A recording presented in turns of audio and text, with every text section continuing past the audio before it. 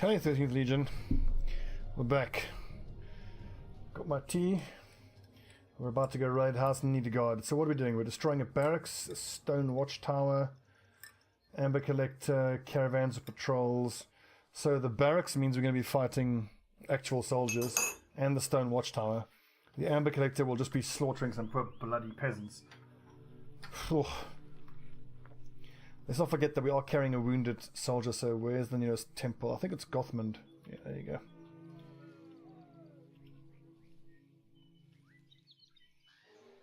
Oh! Brigands.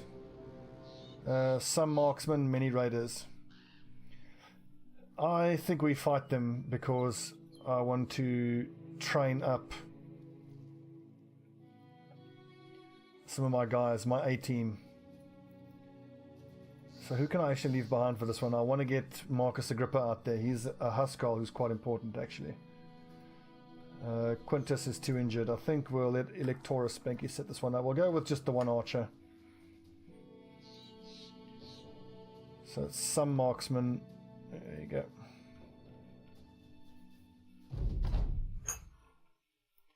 So what are we dealing with in terms of ranged weaponry? Just some crossbows.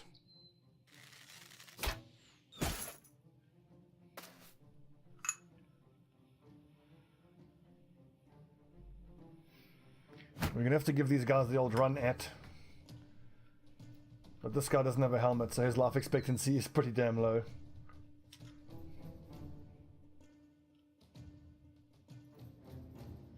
Get him, boys. What is cool is we have armor enough at this stage that we can take a shot or two, so...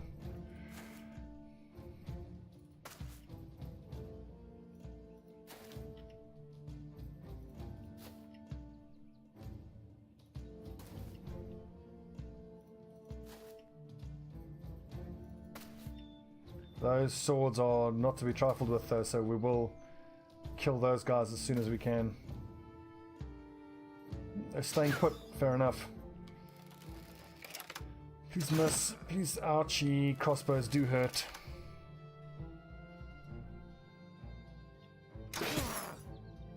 Fuck's sake.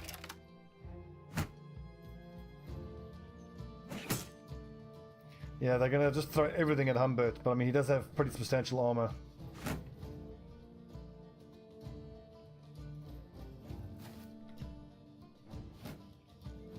These crossbowmen need to go down.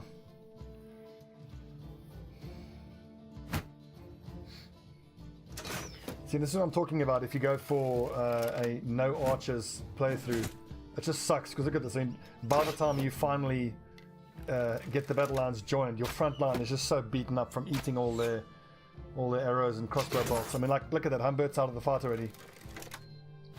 He takes one more crossbow bolt, he could die.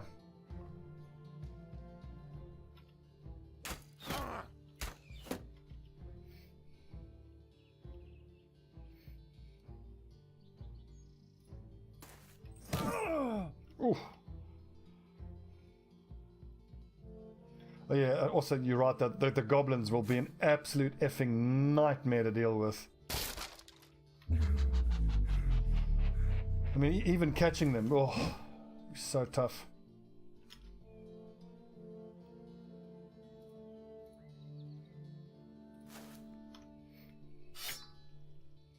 You would need huge amounts of fatigue, and everyone will have to have dogs, and even then, even if you spend all your AP to catch up with them, they just use their little quick foot bullshit and they run away from you. Little bastards that they are. This is the advantage of having all the guys with their shields though. Two-handed axes, I mean. You tend to get through enemy shields pretty damn quick. But as ever, oh, for fuck's sake, and Humbert doesn't have enough fatigue to even use a shield wall, he's just got to run away.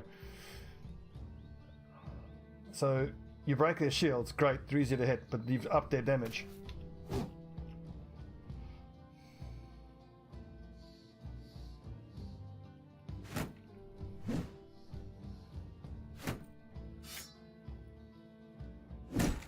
But look at this, we almost lost Humbert, and this is only tier 1 crossbows. If those were tier 2 crossbows, he was dead.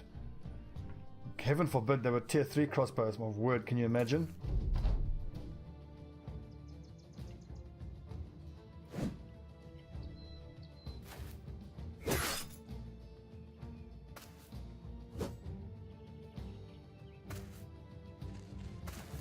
I hate that swapperoo, it's so annoying. Oh my god, look at that, and that was one headshot. Mark Anthony could die here. That did, what's 61 minus 15? It's 46 points of damage. Fuck's sake. And the net, Shaman's Root, Insect Swarm. And they're pet with stupid bowlers and poke with jagged pikes. Mince brains with constant arrows with poison, yeah. Mark Anthony has to run away here. He's too valuable. If he takes one arrow, he's dead. I mean, this sucks that all of this happened, but I feel like I really need to get some seasoning on my lower level guys. On balance, is this worth it? I'm not so sure. At least now we can finally get stuck into these guys.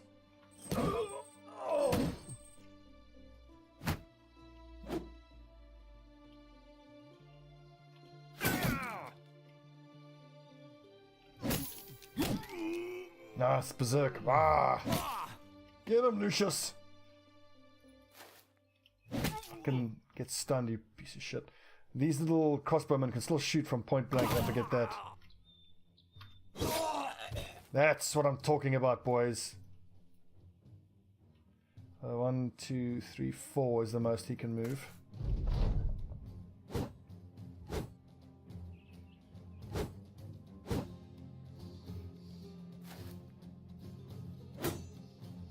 And also remember, as you've pointed out there, fighting the gobbos. So let's say you finally get your guys into range, you overcome their archers, you do all that stuff. Then they pull out their daggers and start two-shotting your guys. God, fighting goblins without the advantage of being able to use archers. I literally shudder to think of how tough it would be. Well struck, Lars.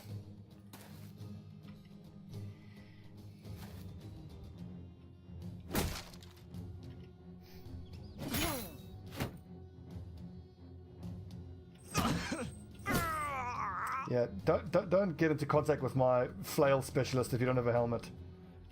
You're gonna have a bad time, okay?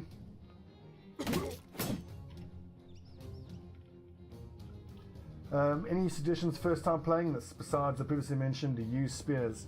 So right from the start you're gonna have 3 companions. A companion that's gonna have stars in maces are good, yeah. So you have 3 companions. One companion has 2 stars in melee skill. I make him a dagger specialist, and then he's the guy whose job it is to dagger down high value guys. You then have another frontline companion who has stars in fatigue, resolve, and I think hit points. Make him a sergeant, because the high fatigue and the high resolve makes him a good sergeant. Just remember to level up his range defense, because he's always going to be on the back line. And then your third companion is a ranged specialist. You make him a archer. In the beginning, you need to make your initial starting money get you 3 new hires, so you have a total of 6 brothers. Buy a little bit of armor to put on the front line guys, and then I like to get my group up to 8 brothers. Then once I'm at 8 brothers, I can do most of the 1 and 2 skull fighting missions, but of course you got to be careful. Level 1 take student on everybody, and then take gifted on everybody. Then everyone on your front line will be level 3, and they will have student, so they level up quicker, and they'll have gifted, so they should have decent stats, and they should at that point be able to survive most things. Then from your 8 brothers go to 12, have 7 up front, 5 at the back. The 5 at the back have your sergeant in the middle, and then the two archers either side. And then just try to keep everybody alive, and have, of the 7 guys up front, you want 2 guys that use axes for shield breaking, 2 guys that use maces for stunning high damage, high danger targets. You'll have your 1 dagger master whose job it is to just dagger down someone who has armor that you want, and then you've got 2 other guys on the front line. I like to make them flail masters, flail specialists, because there's, even this late in the game, 150 days in, there are enemies that don't wear helmets, and you just pop their heads open like ripe melons. I mean, of course, there's a whole lot more to it, and for a starting strategy, just go watch episode 1 of this campaign on YouTube. I'd also recommend listening to the podcasts that I did with Hans Gruber, where we cover perks and all the advantages and what you can and can't do. But like, for me, that's the way I like to get set up. And then once you have, let's say, 8 brothers who are all level 3, go explore around the map and then try to find those little collapsed dwellings with armored zombies in them. Normally it's a mix of armored zombies and unarmored zombies. Kill the unarmored zombies, and don't damage the armored zombies, because your guys are going to be wearing like crappy cloth armor and stuff, but the armored zombies are going to have chainmail. Then those first few fights, the challenge is to get that armor. So you want to dagger them to death or use flails to pop their heads and thereby not damage the body armor. And then normally you'll find like a few sets of this basic mail. Then you want to get basic mail on everybody, and then you're pretty much off and running. At that point then, you should have flails on most of your guys, and hand axes and swords. And the other thing I would recommend is keep spares. Keep spare spears and spare swords, because if you're fighting Nachtzers, you're going to want spears on everyone up front just to keep a spear wall down. If you're fighting dire wolves, you're going to want arming swords, because they run straight into contact with you. So on your first turn, you can go shield up and riposte. They attack you 3 times, so that's 3 chances that you can get free attacks on them as you riposte. Oh, God damn it, more injuries.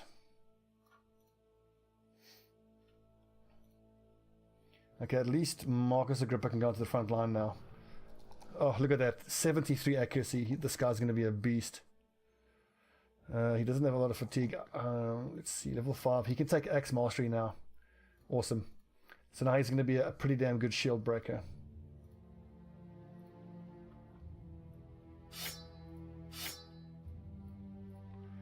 I think just for the moment we can put Bertrand on the front line. I don't like having him on the front line. He's so weak, but it's just until one of our injured lads is back in fighting shape. Yes, he's only wearing male hauberk, but we'll just be ultra defensive with him. Okay, let's get archers back in here.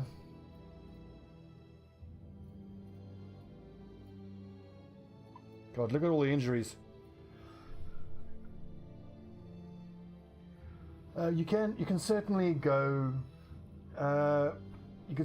flails over axes. So look, gifted is a very controversial perk. The thing is, like, I like gifted because I used to take fast adaptation over gifted. The thing is, gifted is just raw stats and it's a max roll. So normally you're getting +4 on melee skill, +4 on melee defense, and like +5 on fatigue. So normally that's like 13 stat points. And think of it this way. Let's say you get +4 on melee skill. That's +4% chance to hit on every swing you take for the rest of the campaign. Sure, fast adaptation gives you +8 chance to hit, but you have to miss a swing for it to even do anything. Just trust me on gifted. But at the end of the day, you have to experiment. You have to have campaigns where you don't take gifted and you actually compare what it's like having gifted versus not having it. And every time I do a playthrough where I don't take gifted, I wish I had it. In the early game at least, early to mid game. Like at this point, I wish I would rather have quick hands instead of gifted. But all of these guys who are level 11 and that would never have made it this far, or would have struggled to make it this far without gifted.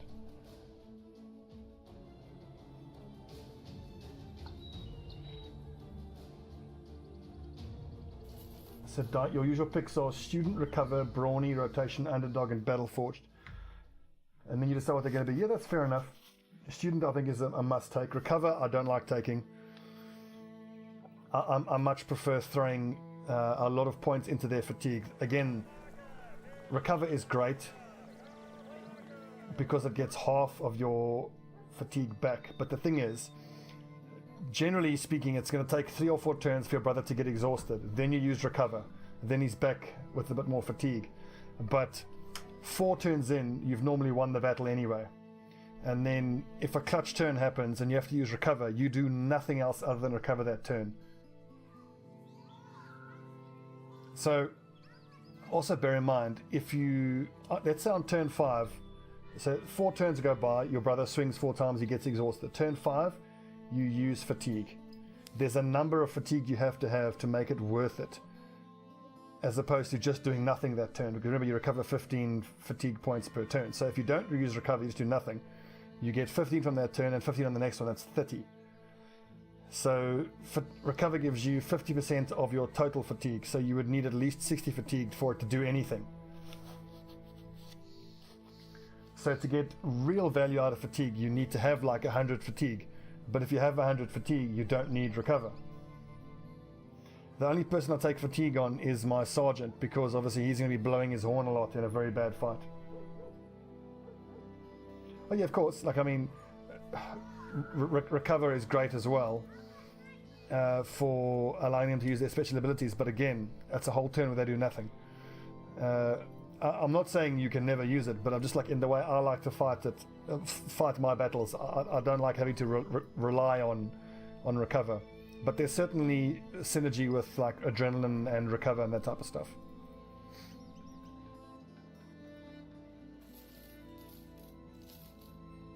And I mean, part of what I love about this game is we can sit and argue about what the best stats are and the best, and there's no quote-unquote right or wrong way. There's just the right way or the wrong way for how you play, for the tactics you like to go for, which really just speaks to how incredible this game is, that, you know, there's not one single best way of doing it. And I love the fact that everyone has their opinion. Everyone has very strong opinions about which is the best way to level their brothers up. So you want guy to never run out of fatigue, still dodge and block effectively, nothing written in stone, of course, yeah.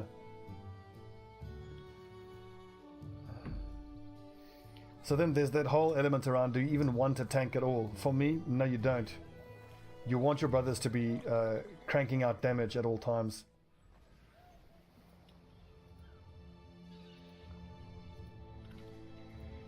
Okay, whoopsie, I think my, what's it called? Something light software has just kicked in, which is going to affect the graphics.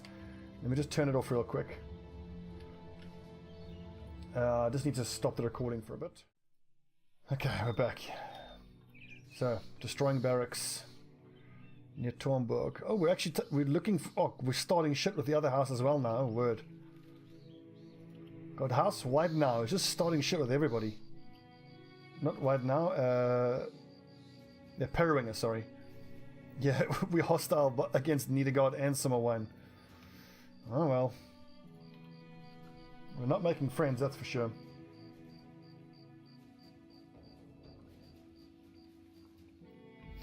Like, in the way I've currently leveled and skilled everybody, there's definitely some holes, especially in the fact that no one on the front line has rotation. Almost everybody on front has footwork, so they can get away if they get into trouble, if they have the fatigue. But my Huskarls, or my pikemen rather, like, I mean, in a situation when I use pikemen, the pikemen will take rotation, so if this is a pikeman and one of these guys gets into trouble, they can then swap them out. The Huskarls are going to go all in on range defense, so they'll take footwork rather than rotation. Who do we have? No one really worth hiring. Oh, that's cheap. Buy all that. We're going to make a fortune from that.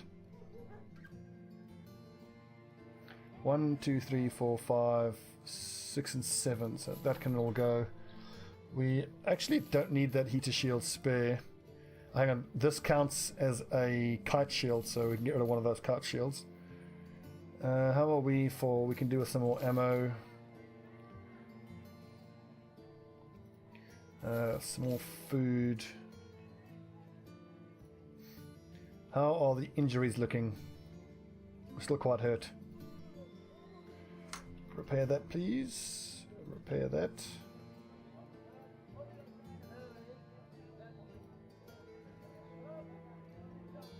Let's see, we'll be healed by tomorrow. Okay. Off to Tornborg. Stone watchtower to be destroyed. I think we'll go with the full 4 archers when we fight these soldiers now.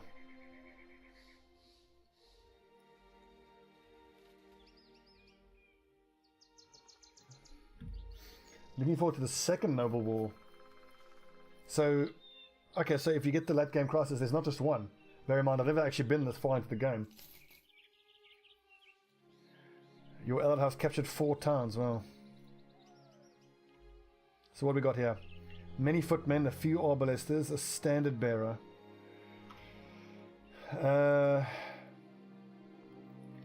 think I kind of want to hang around until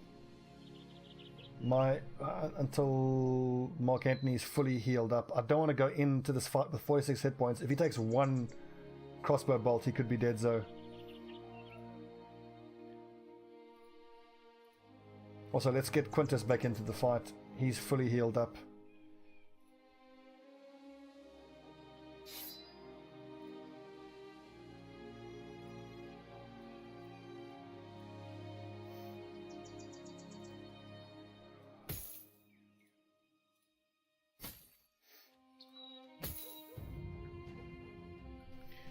Righty-ho, let's take a look at the loadout. I want the flail in the middle of the formation, the axe on the side. Yeah, that's good. I kind of wish I could give him an axe, but he doesn't have the fatigue for an axe. His job is just to stay alive. Do I take the fight or do I wait? I'll tell you what, let's go and do the easy one, which is Tiefenstadt, the Amber Collector. That'll be just fighting some peasants. And by the time we're done there, we should be fine. I'm going to stay off the main road just in case we run into their army, because I mean, like, there can be a group that's like 28 enemies big.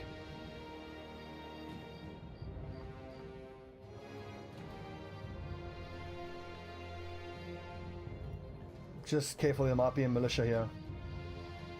Some marksmen, some veterans, a captain.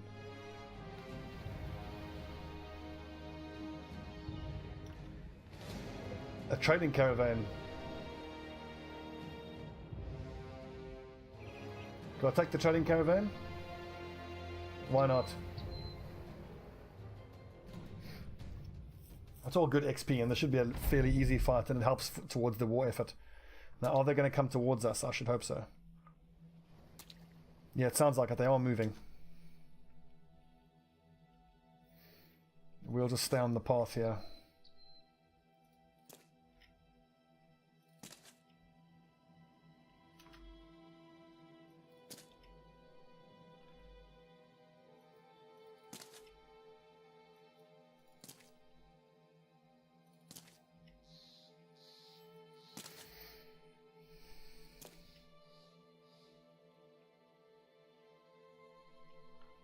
I wonder how many turns it'll take before they even come to us. Or if we're going to have to go chase them. I hope we don't have to go chase them. So, what are we dealing with? No, we're going to have to go chase them. Damn it. Okay, we'll start moving forward in the next turn. Poor guys. So, at what time did your second crisis trigger? Saint Ajora, thank you for the follow. Welcome to Camelot. It is a silly place.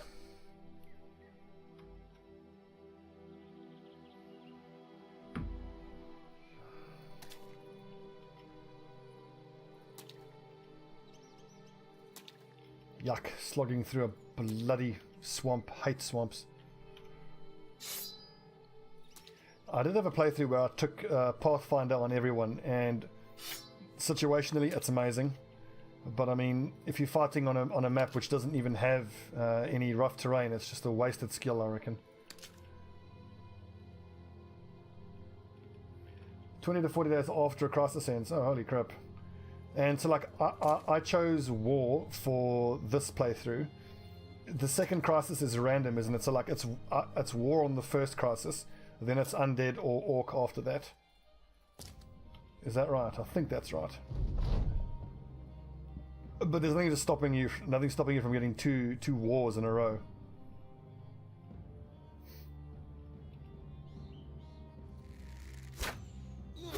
Oh god, poor fuckers.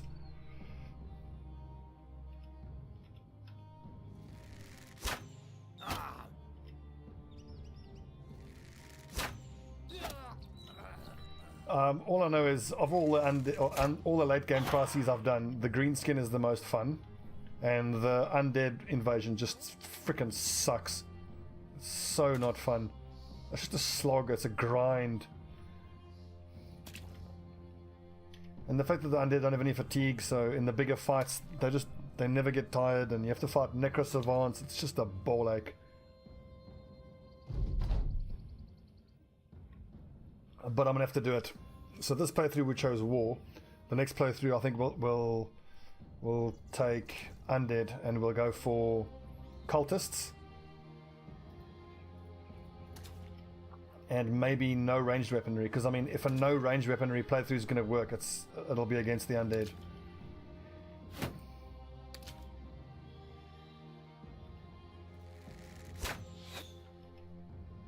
I mean, ranged weaponry is obviously useful against undead, but it's the least useful against any of the potential late game options.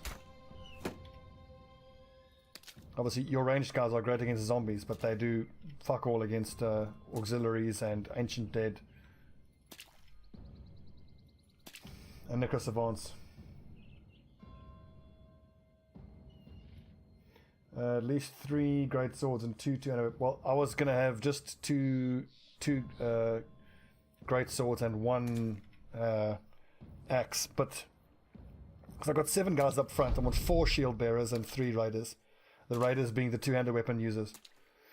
I think I'm going to replace both of these sword users, and I think I'm going to try to get, ideally I want 1 axe in the middle and then 2 warhammers on this side of the formation.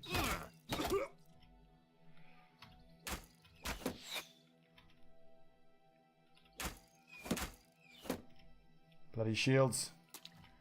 Get them, boys. Your shield guys become obsolete at some point. Yeah, that's true.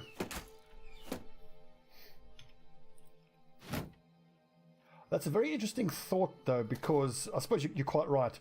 I mean, the logic for having a shield on a guy is to make him tough to hit.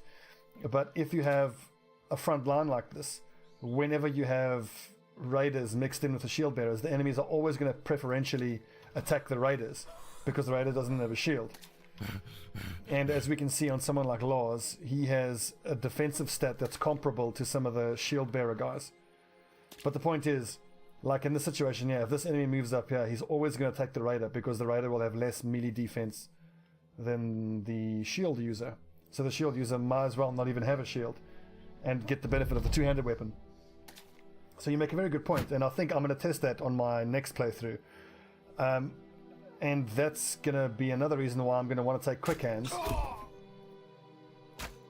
Because that way you get the benefits of the shield and you get the advantages of the 2-handed weapons. So what I'm saying is, you know, run into this situation, join battle, if you will. Join the battle lines with shields out, quick hands your 2-handed weapons out, and then go to work. What makes that very difficult is you're going to need brothers that have stars in melee defense.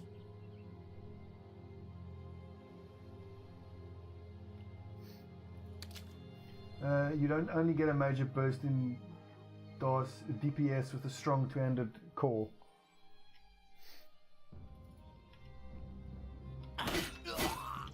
It never even occurred to me that eventually my shield bearers would become obsolete. I mean, like, my most valuable shield bearers are the mace using guys because they can stun. And I still think it's pretty important to be able to stun enemies that are, you know, high value, high damage. So potentially, eventually, if I get to a setup where I've got 7 up front, maybe 5 of them can be raiders, and then you have the 2 mace masters, really, whose job it is just to reliably be able to stun, you know, like a Necro Savant or whatever dangerous enemy you're fighting against. There aren't any two-handed maces, are there?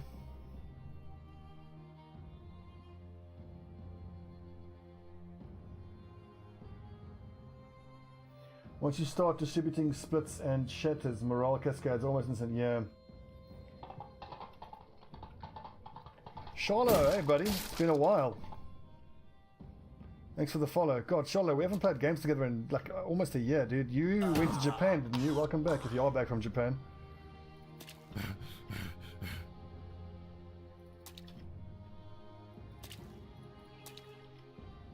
God, these poor guys, they never stood a chance, did they?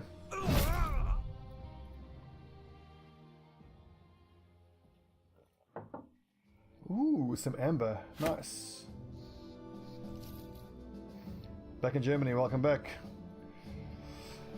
Mini militia, some marksmen, some veterans, a militia captain. They're just militia, this should be quite easy.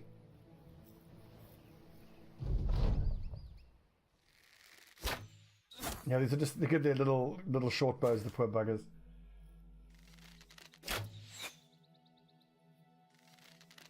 Good lord, Dying Crow, level 30? I've never gotten that far. What are you doing watching me? I'm rubbish then compared to you. But I think like my ambition for the next playthrough after this one is to see if I can make the no ranged weaponry playthrough work. I think you can, but it's going to be incredibly difficult. And I like the idea of having everybody be virtually identical, so your backline with their long axes can swap with the front line once the front line gets hurt. That also has the added advantage of you've always got your toughest veterans up front, and then you're always going to take losses, and then your new guys can just start in the back line and then, you know, literally replace the guys on the front line as needed.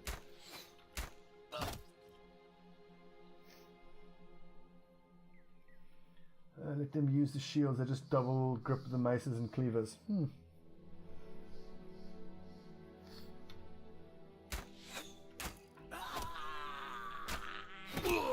God, this poor militia was fucking slaughtering them.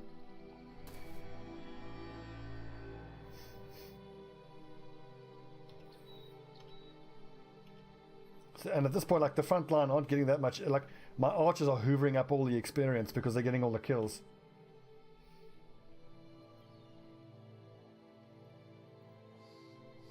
What is up with my webcam? Hello, webcam. Out of focus. The fuck?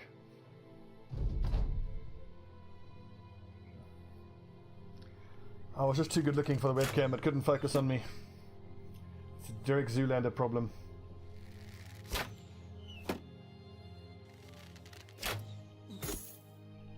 Oh, stop shooting toothpicks at me, you irritating little buggers.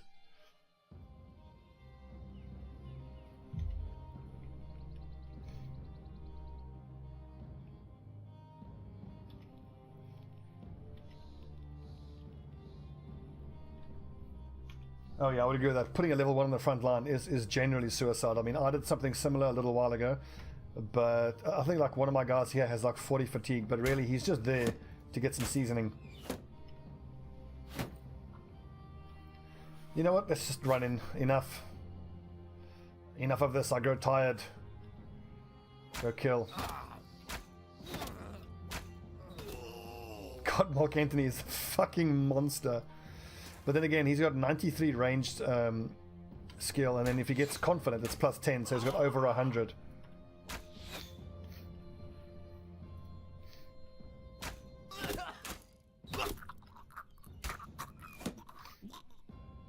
Good God, man.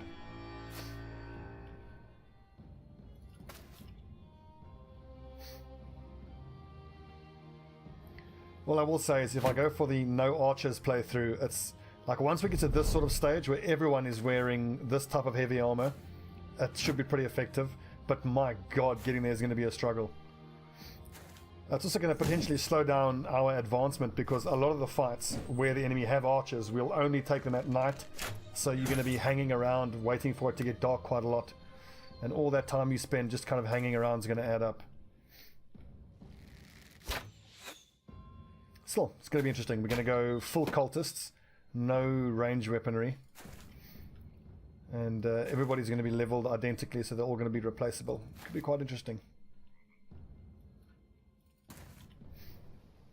Still, I have no idea when I might start with that. I'm going to keep playing this campaign through, see it through to the end, or whatever that end is. Either everybody gets wiped out, or the viewers get bored with it, or we achieve everything we want to with it. But, I mean, there's no real end to these games. I mean, they could just go on.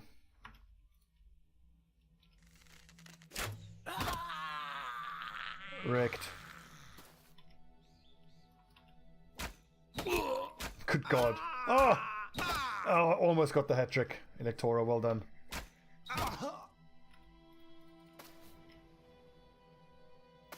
Yeah, let him run, the poor fucker. Good God.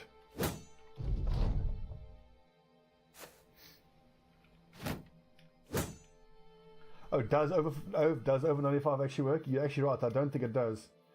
So once a guy gets battle forged and underdog, I toss them in the front line so they can finish leveling up faster. Yeah, that's a good point. I'm gonna let these guys flee, the poor guys. They're just militia, they're just defending their homes. Oh yeah, attacking the major greenskin camps. We're gonna be doing some of that pretty soon, actually. As soon as I finish this war, I want to get stuck into the goblins first. I want to clear out as many of the goblin encampments as I can, and then we'll take on the orcs. We are going to need our pikemen and our huskarls to take on the orcs, though. The archers are obviously less useful. I'll take 2 instead of 4, though. Just because you got to deal with all those the warriors, and obviously the warriors don't give a shit about warbows. They've got so much armor. You can quite easily empty like a quiver or 2 into them before you get through their armor.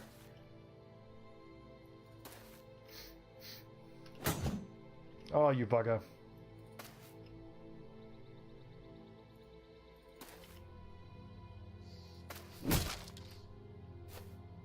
He's actually got shield expert, that bugger. Well, he's a veteran, I suppose. Alright.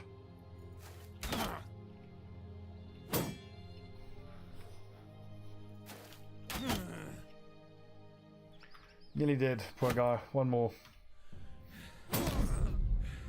It's over.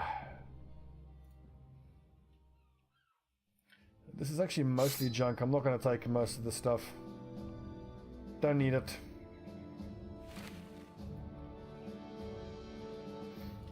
I was going to let them escape, but hey, they didn't run quick enough. They displeased me. Okay, so I wanted Mark Antony to get healed up, and I think that's fine. I'll do that. And I should probably give someone... Actually, yeah, this fight, there's going to be a fair amount of marksmen, so maybe we swap out to the kite shields on everybody. 41, good God. He's got no fucking fatigue. 47. That is no bueno.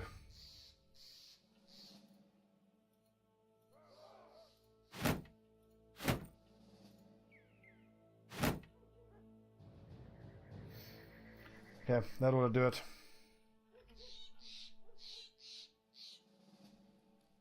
We do need to be a little bit careful here. I don't want to run into any patrols. Because the full-on military patrols are actually pretty scary. Julius Archer B reports to you what he's been hearing from some of the locals. They say a large group of soldiers carrying a banner are heading your way.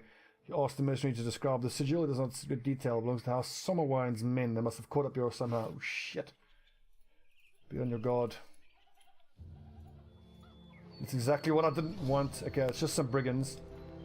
I'm not going to bother. Oh god, that's exactly what I didn't want to have. Look at that, 24 of them. A few Zweihanders, many footmen, some bullmen, some arbalesters, a standard bearer, a sergeant, a knight. 24 of them. That is exactly what I did not want to have to deal with right now. And thank goodness they're distracted by the brigands. Quickly. Go, go, go, go, go. That's our chance. Take on this stone watchtower and get away. Oh, they're going to cut us off. Quickly, quickly, before it gets dark. Oh crap, the Lords of War. They've been hired to fight us. Oh shit. Well, they don't have any archers, so... Oh, they do. Okay. Oh, right, of course. For these mercenaries could mean archers. So where's the swordsman? Here he is, swordmaster.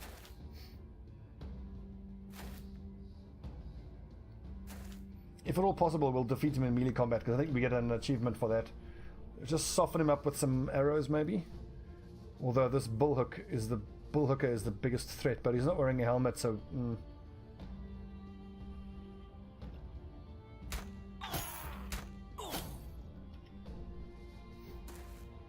They are brave, I'll give them that much. Running at us like this. One swordmaster versus the world.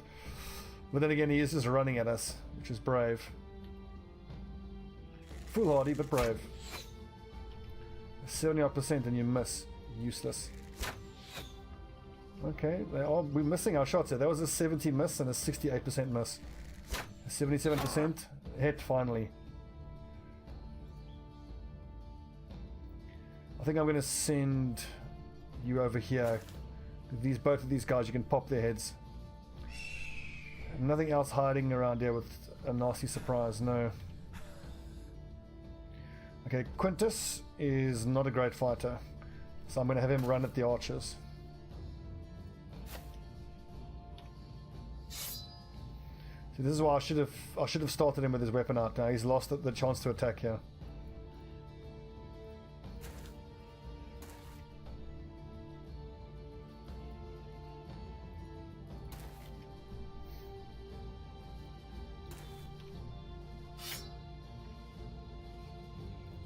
Okay, I've stunned this dude. Good work, good work, good work. And I'm going to want Alexander to help stab the swordmaster.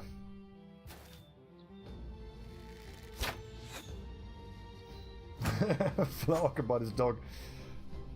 I have to admit, I don't watch anime. It's not my jam. It's never acquired a taste for it. I can appreciate why some people might enjoy it, but no thank you, not for me. Fuck off, mate. Who do I want to shoot at? I think that mercenary. Oh, so close. Yes, Mark Anthony. Never lets us down.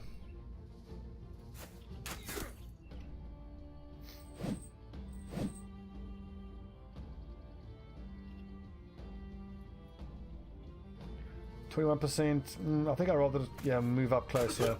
Oh, well shot, sir.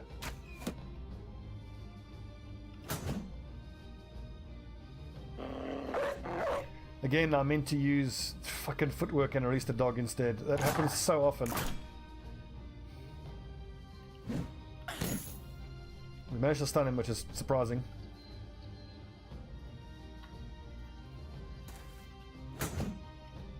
Yeah, these guys are going to be tough to dislodge. Oh, the old one shot with the flailerino.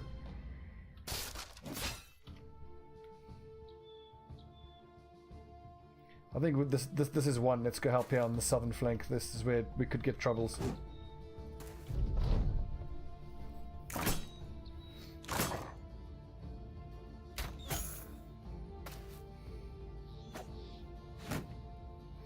Always wear a hat.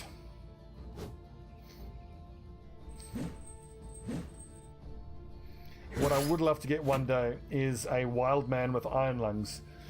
Then, if I get a wild man with iron lungs, I'm going to let him be a flail specialist and use an orc two-handed flail. It would be, God, it would be so cool.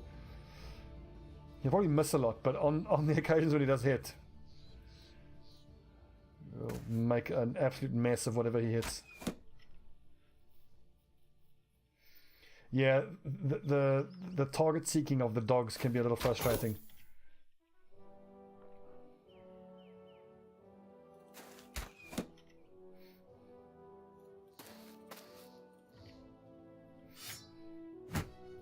Okay, ignore that dude, he's in riposte.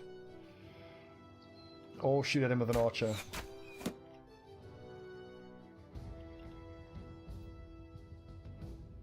If I use swing, it will trigger his riposte.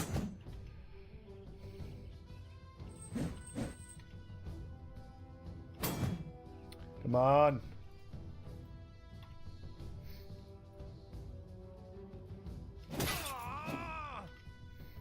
Yeah, I need some more. I need more axe wielders.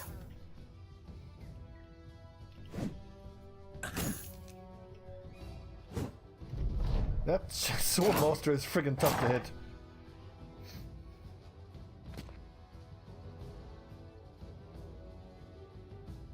Just fill him full of arrows, I reckon. He's almost about to go down, but just make sure we get the kill with the mace master.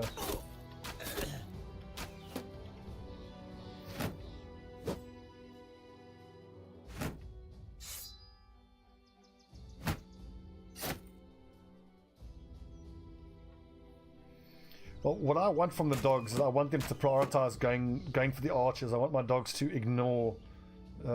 these guys are both in fucking riposte. Tell you what. Go take on that sword master.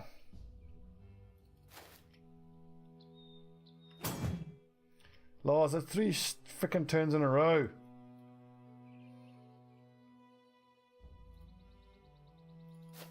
Yeah, I gotta focus here. This is where the problem is.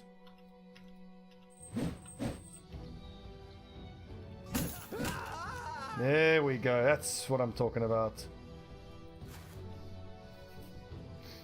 I think one more hit here. Oh! Okay, damn. Now we're exhausted. Shit, he's gonna get attacks off.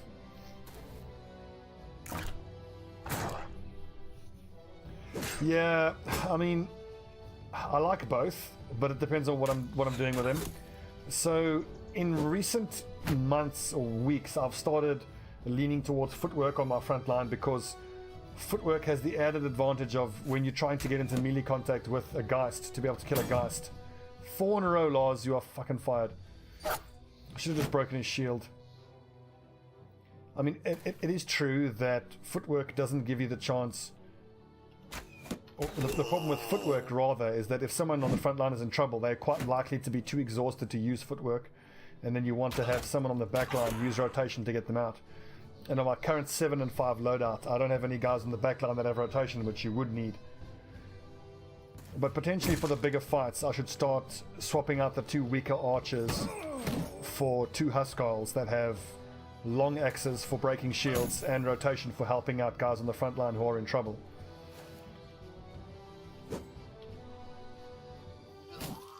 Oh, so close. Oh, he's not fleeing, I'll give him that much.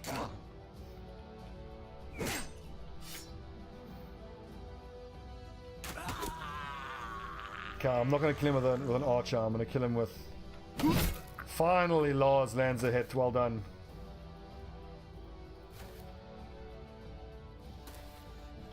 Get him, Quintus. Get that nerd. Oof, almost.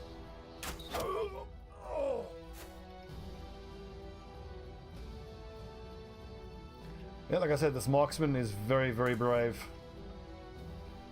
I think it's because he's a mercenary that make him so much less likely to flee.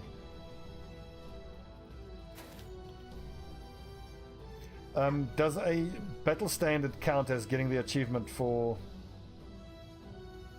I'm not going to take that chance. God damn it. He's got Dagger Master. That marksman has Dagger Master. Also, I kind of need to kill this guy now before he kills Lucius. He could kill Lucius here.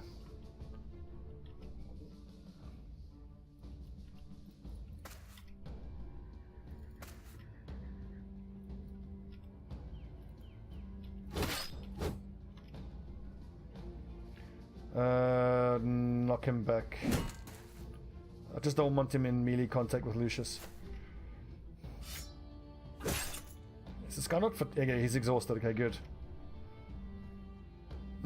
The dog as well. You might as well kill one. Oh! I'm not even looking at what the 2 hit chances are. I should actually be looking. I'm sure they're going to be quite low. His nimble must be doing quite a lot of work for him. 25% chance to hit. Even with surrounded and fast adaptation. Fucking crazy.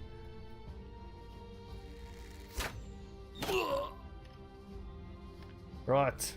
Lucius, you need to get that cut artery bandaged.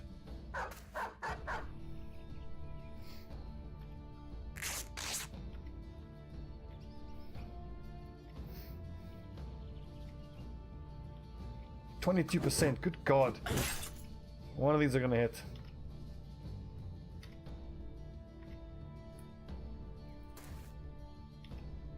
Come on, he's nearly completely surrounded. One more. Here we go. Here we go. 24%. It's fucking ridiculous.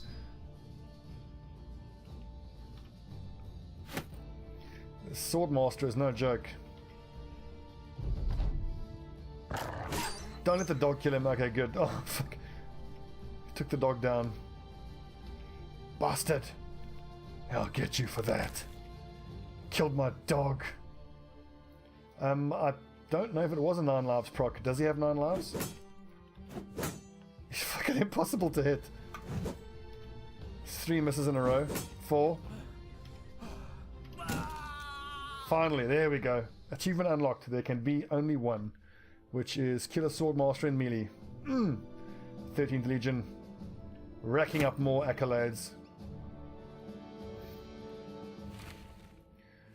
The problem is we took quite a lot of damage there, so we've still got a pretty tough fight ahead of us.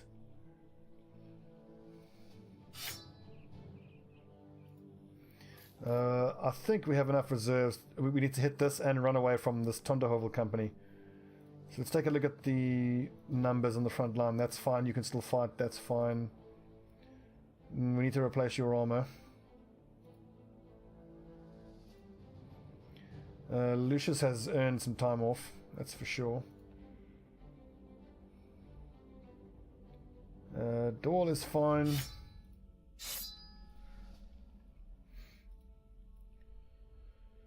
Ooh, Flailmaster. Oh, these +1s, you're killing me, mate. Well, at least he is using a flail, so he doesn't have to worry about shields. I think, oh god, yeah, improve his resolve, that's fucking terrible. Time to go for Berserk. I think so.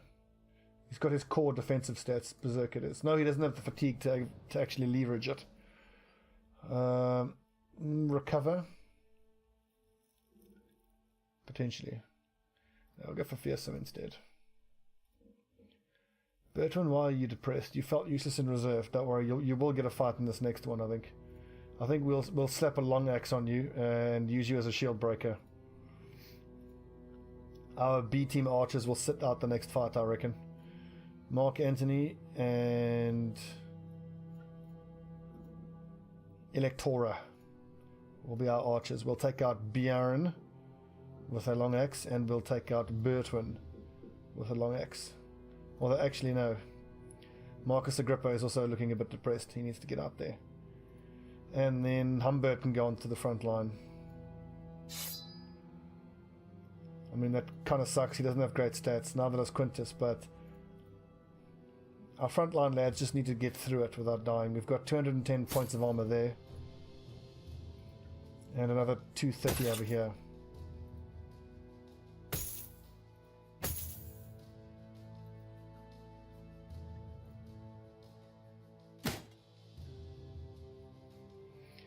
That is 195. This is 172. So 195 is much better. Although I probably want fully repaired for you. My god, 47, that's no good. Is there not a decent set of reinforced mailwork? No. Okay, he'll just have to be fine.